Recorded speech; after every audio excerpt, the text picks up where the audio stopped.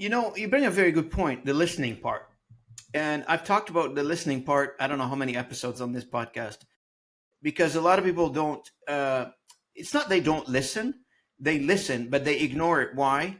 Because most people, they walk into these situations that they're not calm into these situations.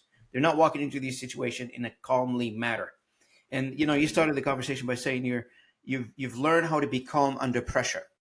You've learned how to become more of a I'm gonna make sure that the situation is calm here because I got a job to do and I got to do it well, regardless of what's going on around me.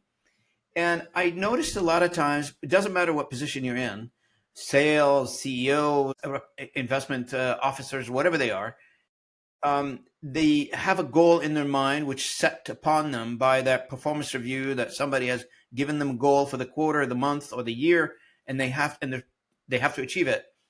And every conversation they enter into, that goal is in their mind. I get that. I mean, we all have goals. Nobody wakes up in the morning with no goals. Everybody has goals. However, you can't get the goals to dictate your conversation. You can't walk into a conversation with somebody, and I gave that example a million times. Say, okay, my boss gave, I need to give two POs this month, and I'm on only one, and I need another one. So this conversation is do or die for me. And then it becomes a struggle internally by the salesperson. It blocks everything. Yeah, I don't want to listen anymore. I just want to, go 100 miles an hour selling you my stuff to get that PO from you, because if I don't, I'm out.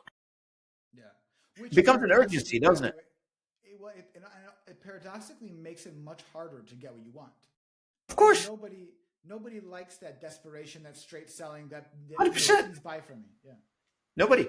And 100%, like, I agree with you. Nobody wants to buy from a desperate person.